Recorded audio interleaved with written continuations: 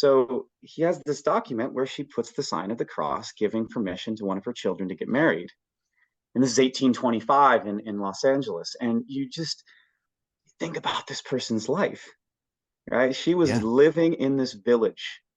She was there when colonization started. She was there when the mission was founded, right? She was just a couple miles, down the coast. She entered into the mission life. She married one of the leather jacket soldiers. They had children together. She lived in Los Angeles. I believe she lived through the like secularization. And you just, uh, you know, so that's just an example where I am propelled to write her story because that's an amazing story. I'm Damian Bassage. Welcome to California Frontier. I like the way, just in talking to you, that you seem to be, hey, I'm going to work with all of this, all of these people, all of these stories. Am I understanding that correctly? You are most definitely understanding that correctly. There are lots of reasons I think that people talk about these things. They kind of want to talk about things in terms of what was right, what was wrong. All of those are good levels of analysis, and who was wronged, and all. I think all of that's really important.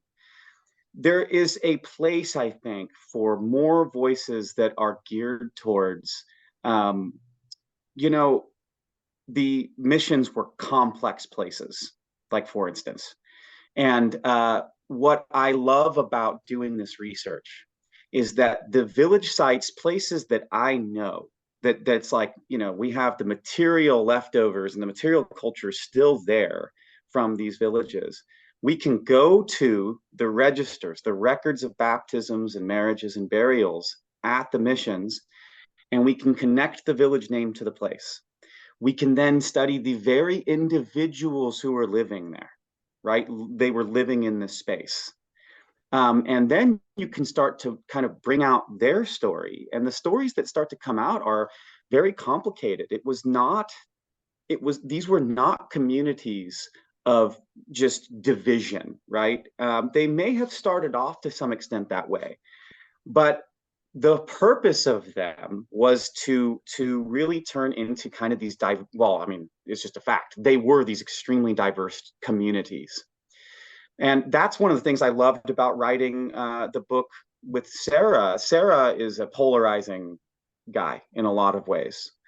Um, what I loved about Bob and Rosemary's approach is that they tried to bring out the person, who he was in the context of his times. And so they kind of, all that historiography, everything that's happened since, they're trying to get back to, let's really get to who this human being was. And I used that kind of basis in approaching this, writing about him. And what I found is even Sarah, who spent, probably a couple of months total where I live in near Mission San Juan Capistrano, in the area, he knew the people who were here. He knew these people. He had personal relationships with them. And that's what I was able to kind of eke out from the book.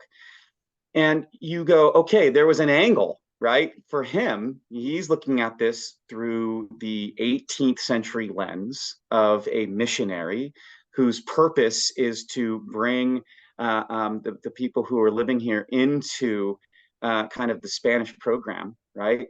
And that is his angle. But on the other hand, the people who are going through that process are able to persevere through it. And there is together, even though it's not always pretty, and in fact, I can go into depth about how tumultuous the founding of Mission San Juan Capistrano was, especially in its early years. The fact is that community, that what they built is there today. And there is something about that I just don't want to lose sight of. That these people who came from incredibly different circumstances produced a place that you can still go to, that you can learn about their ways of life, that you can appreciate their different perspectives. And they built that together, right? So it's not to deny the things that have happened in the past, the ugliness of a lot of these stories. And I write about a lot of them in the book. But it's to just try to remember that we all live in communities that have ugliness, that have, all sorts of different issues. This is a community where by studying it, you can see there's wisdom to be gained through the diversity that existed within these communities and their ability to persevere through. And we can still go to those. I mean, every one of the 21 California missions has something worth seeing, you know. And in addition to that, so do the pueblos, right? And so do the four presidios. There's something to be gleaned from all of this. So it's, I think a lot of what's happened is there's in California history is taught in fourth grade. And so this has to be filtered into something that's accessible to fourth graders. And so there's something that I think people can see as kind of there's a simplicity to how it was presented in the past and in the standards, and things kind of took on this, I guess, sanitized, for lack of a better word, kind of point of view about it all. And then there's this kind of backlash where people are like, well, actually, here's what was really happening. All of that's true. What I would hope is that people who are really interested in this, people who are scholars who are really interested in learning about this, I think that there's so much of value there that the average person, if they really understood the complexity of these communities and how interesting the individual stories are, they would see a story that is beyond a pro or anti kind of point of view, and they'll see the story of communities and communities filled with diversity, that had all the ugliness that you can expect from that, but then also these moments of triumph and of collaboration and of compromise and of perseverance and all of these great things that, I mean, I couldn't help but be inspired by some of these individuals. I mean, they have amazing stories. Yeah, I And I can agree. tell you who they were. We know their names, and they lived amazing lives. And so, anyways, yes, go ahead. No, I mean, yeah, it's really true. That's the thing that I love is digging up these stories of people. And whenever you get a person and you dig enough, you're going to get stories, and you're going to get interesting stories. And that's, well, yeah, you kind of touched on one of my pet peeves now as somebody who creates educational curriculum for fourth graders, right, about California history. I really do feel that fourth grade is what's the word, that we need to teach California history, not just in fourth grade, but in high school. When you can get into the more complex and more interesting layers that kids can appreciate, because I don't know how many people I meet who maybe grew up in California. And by the way, we moved up to the Pacific Northwest when I was in fourth grade. So I missed, maybe that's So why you I'm missed so it. interested, just because I Well, missed you've that made up year. for it and then some. Exactly. How many people I've met who said, oh, yeah, we studied the missions or we studied whatever in fourth grade. And it was like, yeah, been there, done that. We heard a little bit, and I'm not really interested, or I really feel like I don't know very much, and now I'm interested. So yeah, I feel like the whole history of California, especially with its connections all over the world and its deep connections, to the land, to the Eurasian continent, to Latin America, the native people who are still here, or whose communities are still, all these kind of things. It's really hard to take all that in when Well, you're it 10 years is. old, right? Or 9 years old. I couldn't agree more. The thing is, right, about all of this, right, is that there there is a simplicity that has to be kind of unpacked. Yeah. That when you really get down to it, right? I teach middle school, and so I get to add anecdotes, talking with students about different things. And one of my favorite things to kind of bring up, or to bring up, that I do somewhat routinely, is one of the missionaries of Mission San Juan Capistrano, Father Geronimo Boscana. He wrote an ethnological overview of the people who were living at the mission. And I mean, he's really trying to cover it all, Hmm. right? Hmm. Here are their origin beliefs, here are their spiritual beliefs, here's how, their marriages, their unions work, here's how they raise their kids. Here's all of their holidays, their festivals, the things that the days of the year that they find important. Here's their way of life. Um, Therein, right, you have so much material that my middle school students find so interesting, right, that I can I bring up. bet. I bet. Absolutely. And then I talk with adults and they're like, well, how do you know this? And it's like, well, we know this because we're lucky we have this document, right? That's I mean, it's very rare in the history of Spanish colonialism in the Americas that we can dig into the ways of life of these people. And the biggest takeaway is there is so much that's practical in the way that they approached life, and there's so much overlap in the way that they approached life with our own. And so I can talk with my students about these kinds of things. It's amazing. They love hearing about. I talk about Janishnish, and I talk about his, who's kind of their kind of god. They're one of their central kind of god figures who was, kind of had this dominion over morality where it's like, well, if you act good, Shinishnish will, look favorably upon you. But if you don't, he'll make you trip over rocks when you're traveling around between villages. He'll send bears to come attack you. He'll send serpents to come bite you, and there's um what's amazing about that is that you just see, oh man, this overlap between the way that people tell stories, this overlap in how we see ourselves and our relationship with the natural world. And uh, I don't know anybody who doesn't find that interesting, and they love it. And that's just one domain. Then you get the diverse communities of like, for instance, a mission, right, which are extraordinarily diverse. But even the presidios, the forts that were in California, this is not a homogenous group of people. A lot of the soldiers themselves had ancestors who had been essentially missionized, right, in different parts of Mexico. And so then you go, well, now what does that mean? Because that puts things in a whole new light. Or the Baja California Indians who were brought Right. to California. I mean, they were crucial in the establishment of missions. And their stories are fascinating. And then, as you say, there's kind of a new economic lens that I've been exploring with Dr. Marie Dugan, which, California was always connected with Asia, right? I mean, it's going way back that it was connected with Asia and, through the Spanish, through the Manila galleon trade, and that trade interacted with California. We recently found a map in the Spanish archives that since I live here, it has a picture of one of the mountains that's in Southern California. And it's like, I know that mountain. And the name of it makes sense. And we go, okay, this was a landmark, right? That these sailors would use to get, okay, here's where we are. And so now you have that connection with the trade with Asia. And all of those things are here. So California kind of is just in and of itself, it's a diverse place. There's this very diverse, interesting history from the earliest history that we have.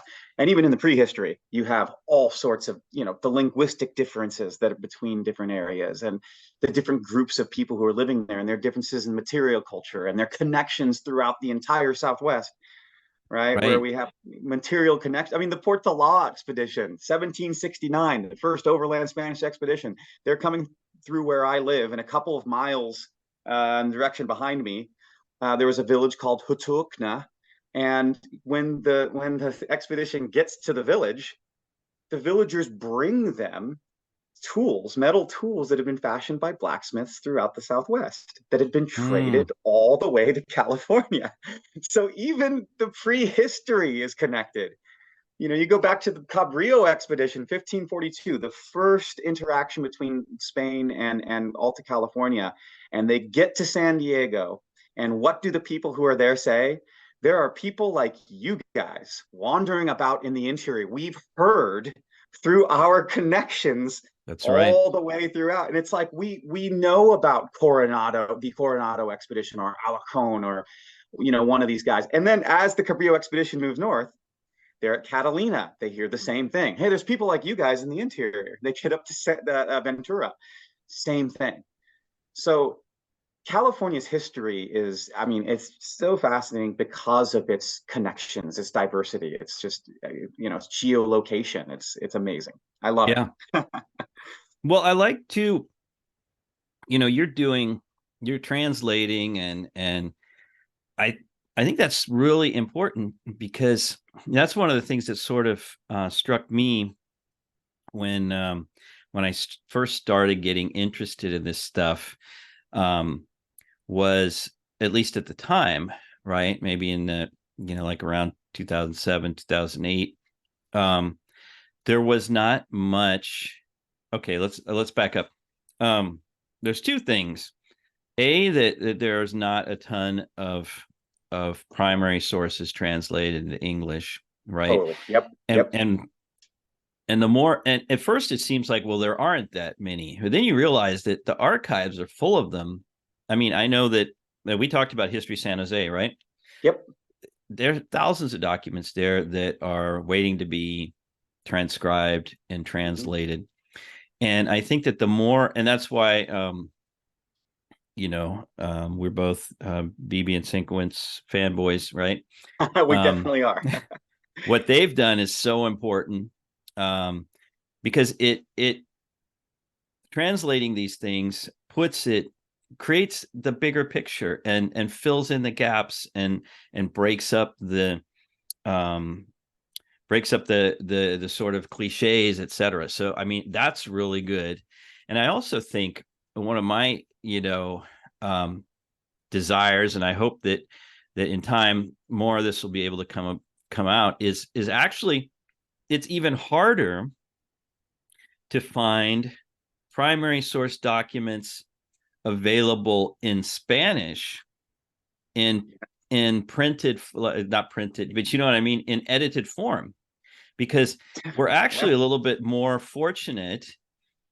You can find more documents published, let's say, in translated into English than you can in Spanish, which is Yeah. kind of, backwards. And that's another one of my projects is, and I've done a little bit with grad students in my classes, is to take these documents that are in the archives and transcribe them in Spanish. So if you're a Spanish speaker, you can read them in the primary language without having to, find the microfilm in the Bancroft or whatever.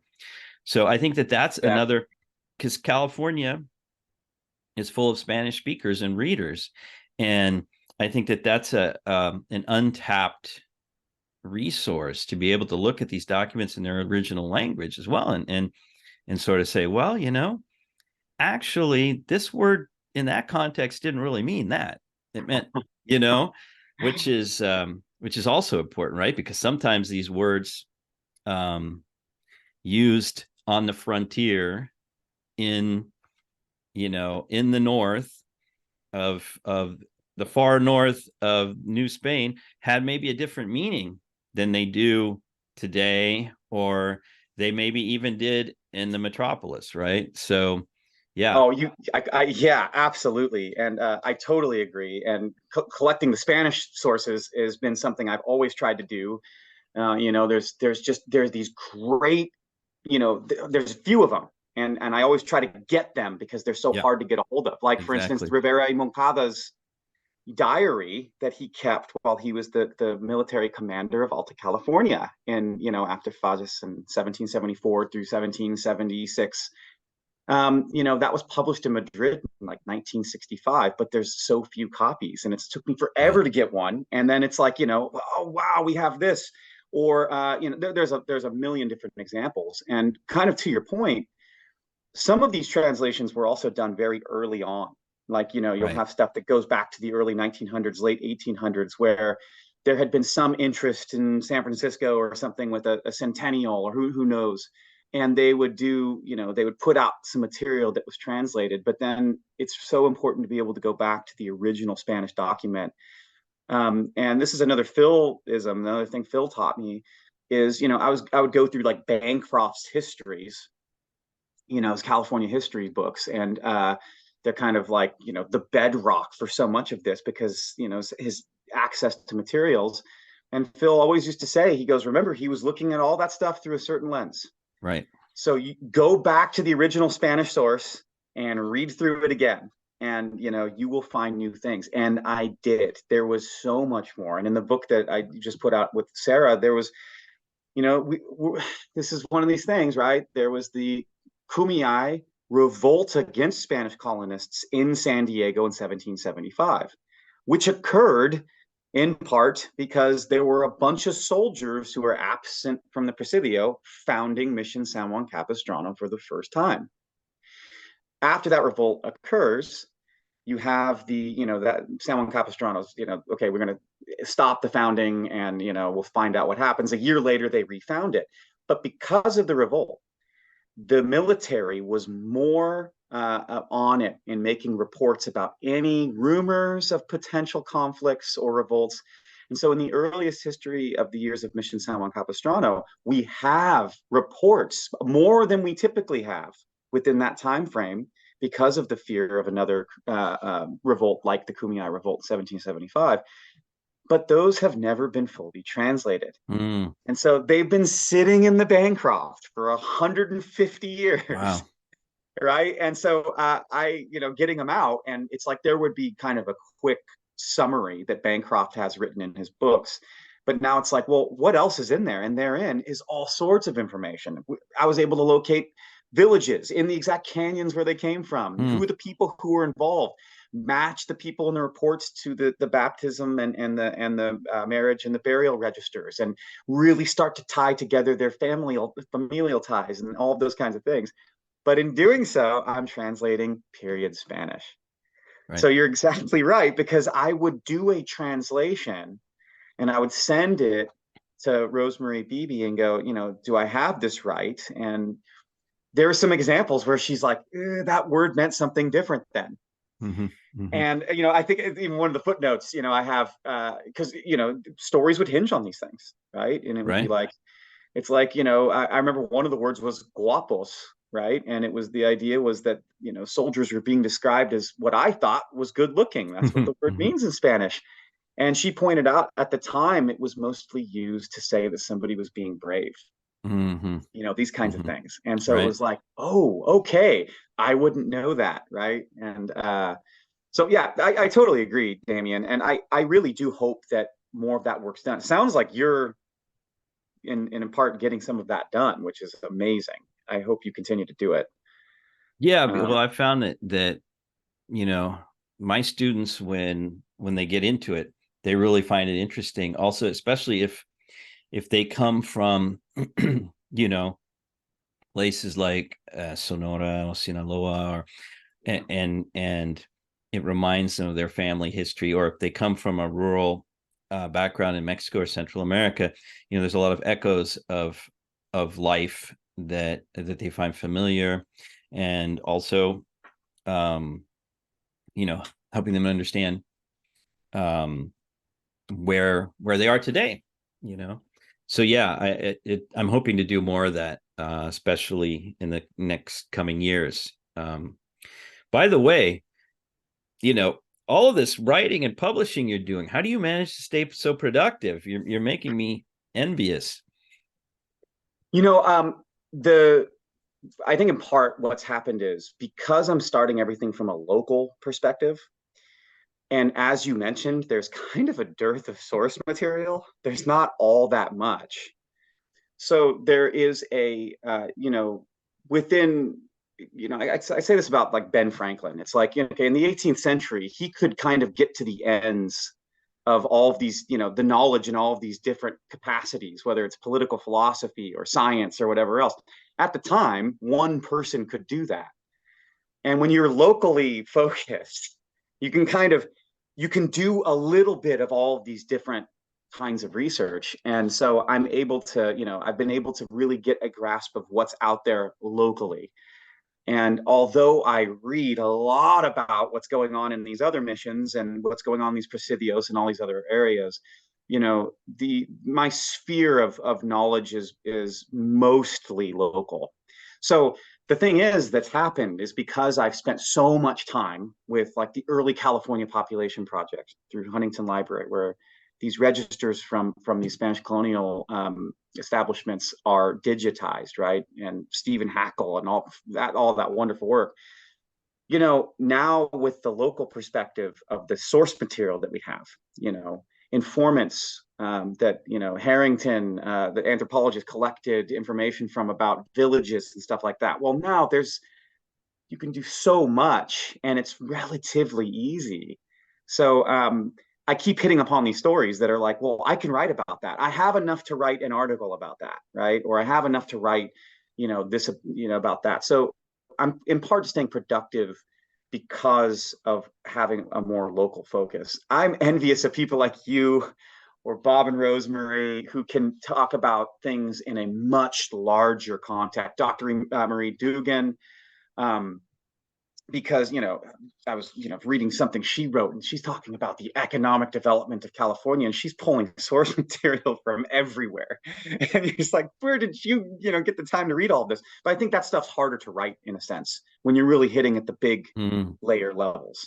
I just get to dig into those areas and use the wonderful secondary sources that exist to provide me enough context. Geiger could give me enough context about Sarah's, chronology of his life. And then Bob and Rosemary's book could give me enough about the insight of who Sarah was in his thinking. I combine those two things together and I have that overview. But I'm so thankful for those those historians and researchers, because then I can do these more local stories. So I think that's why. And then also I'm so propelled by the fun of it and the connections to people. There's so many great people. It's like I get to meet descendants of these villages. It's like, no way, I was writing about your ninth great grandfather. I mean, that will really put wind in your sails. It's like I'm friends now with one of the descendants of the Dominguez and the Yorba families. And he's such a great guy, and it's so great to talk about his ancestors. So how did that come about? So this is more these connections. The two of my friends who are do a lot with the Orange County Historical Society, who also were close to Phil, Chris Jepson and Stephanie George. Anything that comes to them, they send to me. So they connect me with people. And so they have been just the best at that. And they were like, hey, we know this guy who is connected to the mission, and you should go meet with him. And this is just this happens to me all the time. And then I meet with him and it's like, oh, wow, he has a huge amount of familial history and, source material that can be drawn from. And then that keeps you going. I mean, and I would imagine that for some people, they don't get excited about this stuff, but anybody making connections, I feel like there's something that's just rewarding about that.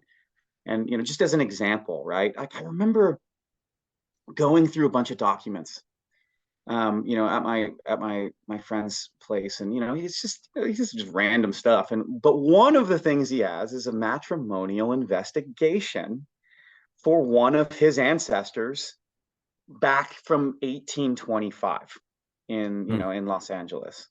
And on that matrimonial investigation, I was looking at this going, I know who this is. She was living in a village called Uchme, which is now Las Flores. It's on Pendleton Base, which is down here, South Orange County, northern San Diego. And she married one of the Capistrano leather jacket soldiers. So she was a native person. Yep. She was a teenager when the Ports of Law expedition came through. Oh, wow. So now let's think about her life. She was living in this place. We can go to where her village was, right, at Las Flores. And she's living here, in her teenage years, up canyon. Port Law passes through. And years later, she in 1778, she gets baptized at Mission San Juan Capistrano. And she marries one of the soldiers there, leather jacket soldiers, Pio Quinto Zuniga, who ends up getting a rancho later on. Hmm. They get married and they live this whole life together. They have many children. They have many descendants today. Like you say, Hmm. they're all still here. Yeah. And her husband died.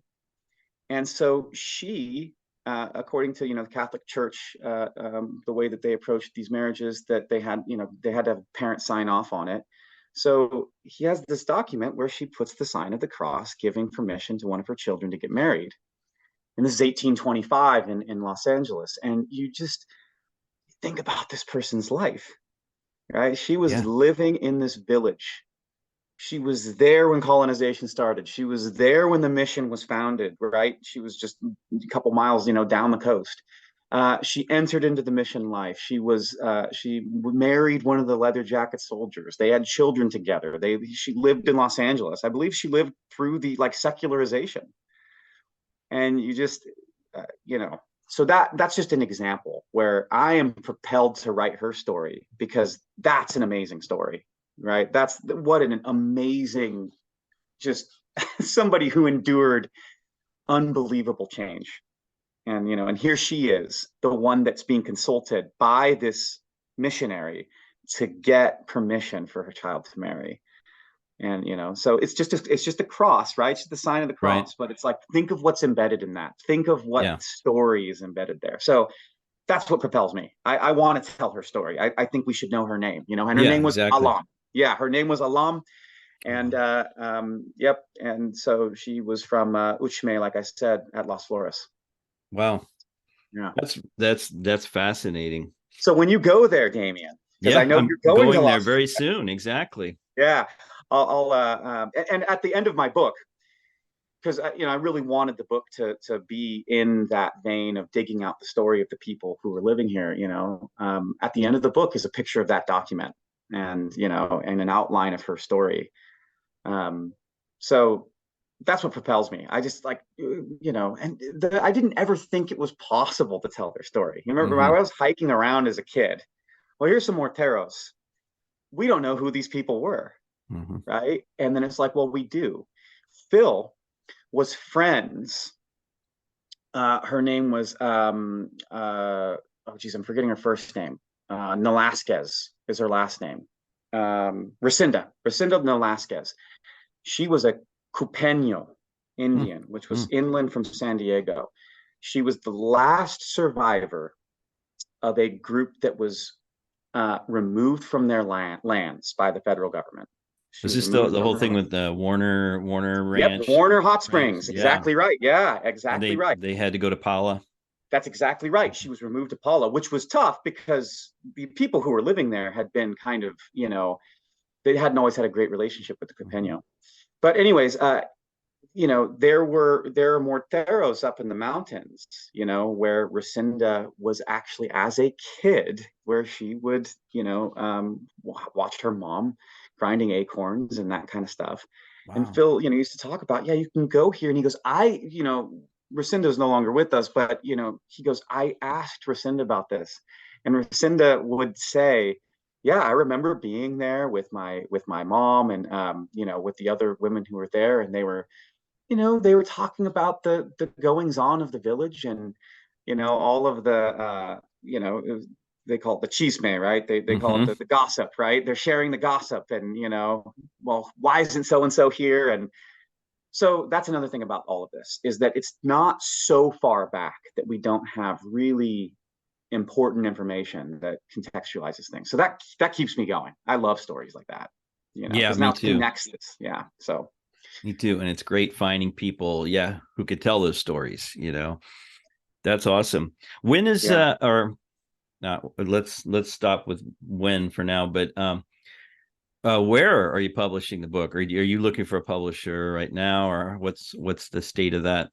So the Port to Law book came out a couple of years, 2019. Right. That book just went out through the Orange County Historical Society, but I'm just self-publishing. I mean, the Mhm. Sarah book's out. It's already out, and it's on Amazon. I have it right here. um, Okay. Yeah. so We're gonna yeah, have to link all those up. Exactly. so I just went down the self-publishing route, even though I probably could have procured a publisher.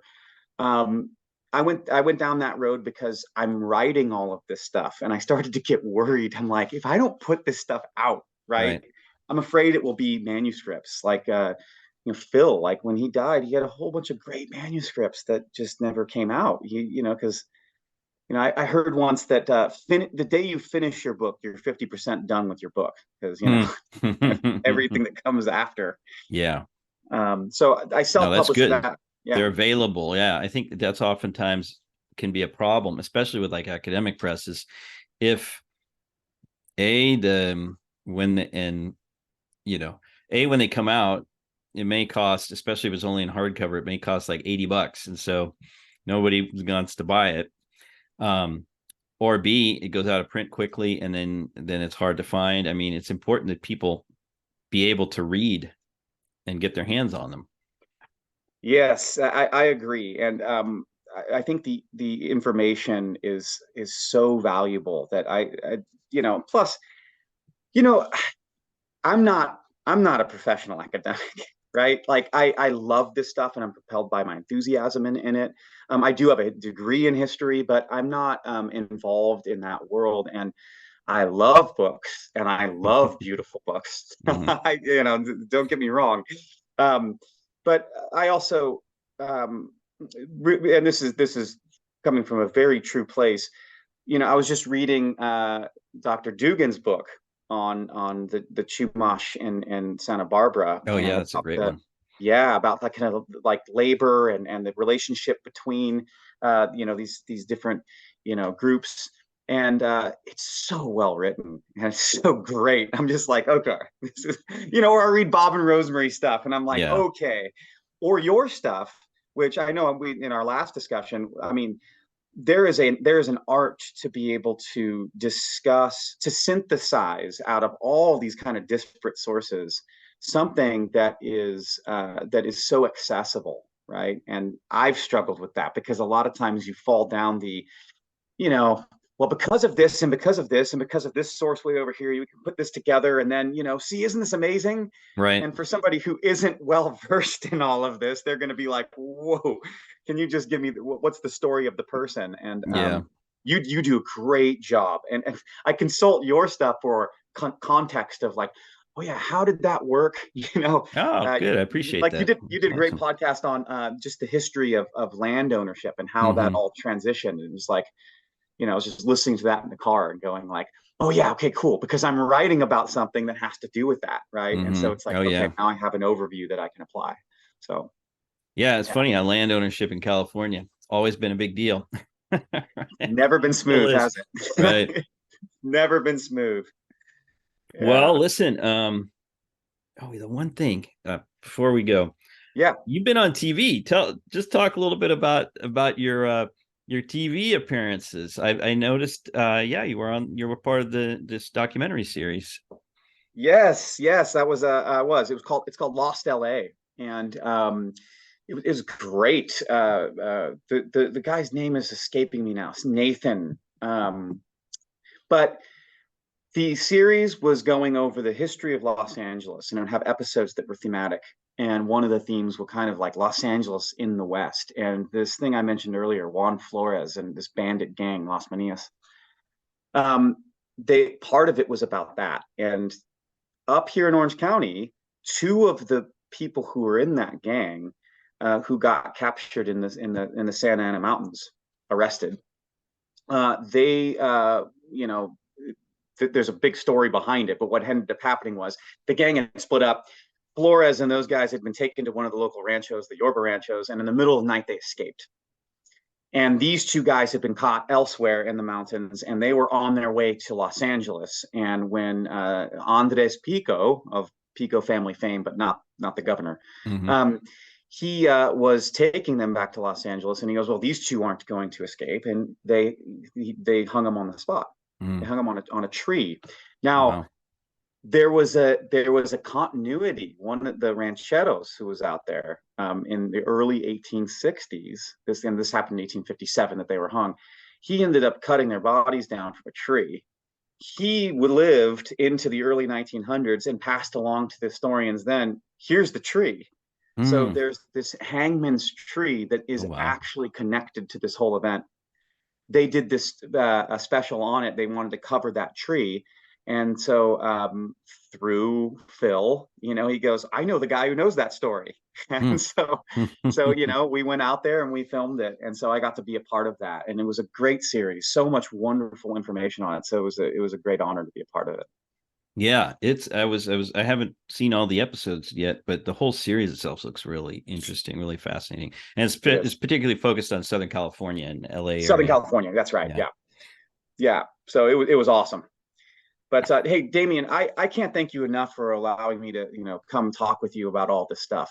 It's so cool to talk with somebody who's as enthusiastic as I am, and um, you're very kind at letting me just spout off a lot of Oh stuff. no, So this is thank you for great. doing that. This is, I mean, it'd be better if we were sitting around a table with a beer or a cup of coffee or something, but this is second best. And Well, we'll we'll have to make do that it happen one again. day. Yeah, well, definitely, most definitely. And yeah, I hope in the future you'll be willing to come back because I think that we just sort of, we talked about a whole lot of things, and maybe we can even drill down on some topics, in the future. Oh, I would absolutely love to do that. So let's make that happen because this is way too much fun. Let's do it. Eric, thanks a lot. And yeah, we'll work on the next time.